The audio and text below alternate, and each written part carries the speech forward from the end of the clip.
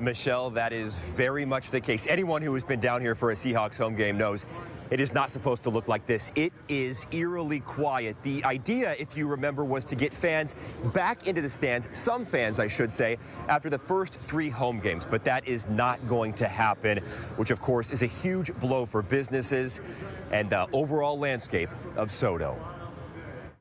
The sun peeking through the arches at Lumen Field, shining down on empty seats. This Seahawks season pushing on without the 12s in the stands. Appreciate you. Outside the main gates, That's what keeps me smiling. Al Griffin is the only vendor serving up hot dogs, just like he has been for 26 years. Man, it's devastating. Could have never imagined not having no fans. It means a slump in sales by 80%. Occidental Street is desolate these days, only a few people wandering through. You wouldn't be able to move in the street down here right now. You wouldn't be able to move. I mean, it would just be jam-packed shoulder to shoulder.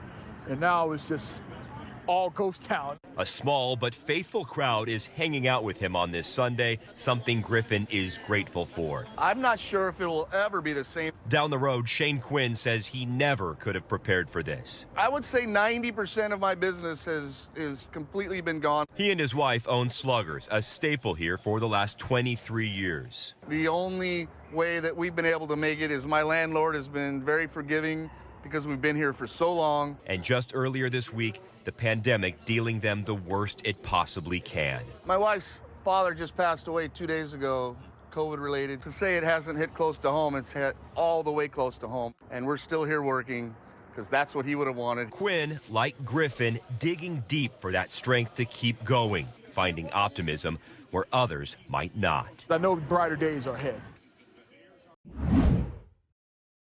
Well, Steve, even though we're still seeing more and more cases of COVID-19, their data suggests that we're still on an overall downward trend. But we have to keep in mind that this data is before the cases that we're expected to see this upcoming week from Thanksgiving.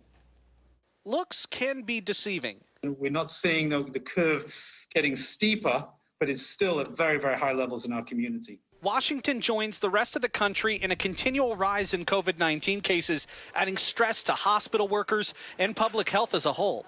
But according to Johns Hopkins, things could be worse.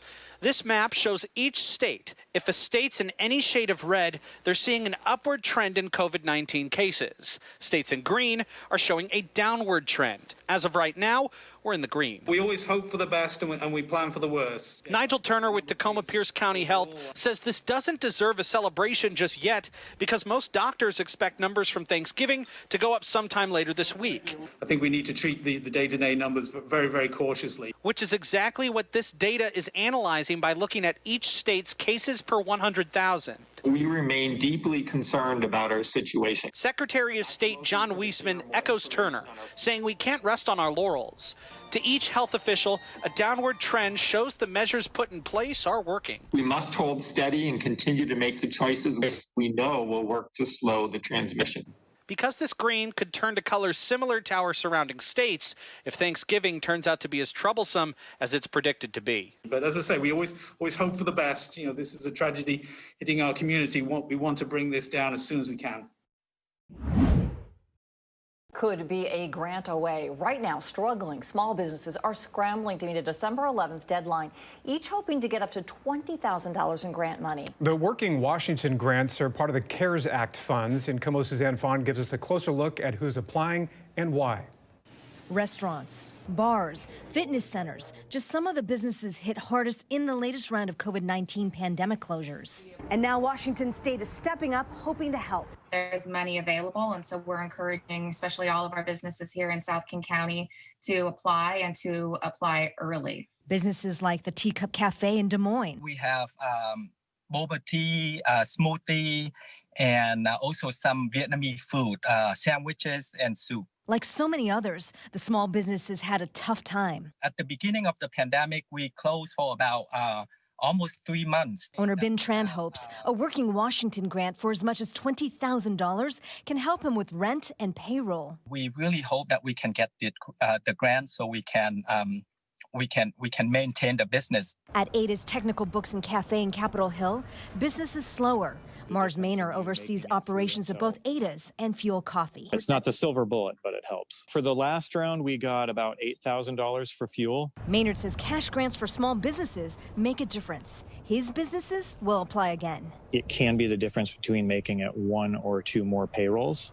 And if you're a business who's right on the edge, yeah, that can hopefully be the difference in you making it through until either business picks up, people are able to shop again, or we're able to move forward in the pandemic. In Seattle, Suzanne Fawn, KOMO News. Hi, everybody. Thanks for checking out our YouTube page. I'm meteorologist Shannon O'Donnell from the KOMO Weather Team. You can see more of our videos right here by clicking on the video links for additional news from the Seattle area and Western Washington. Oh, and don't forget to click the subscribe button below so you don't ever miss our YouTube updates.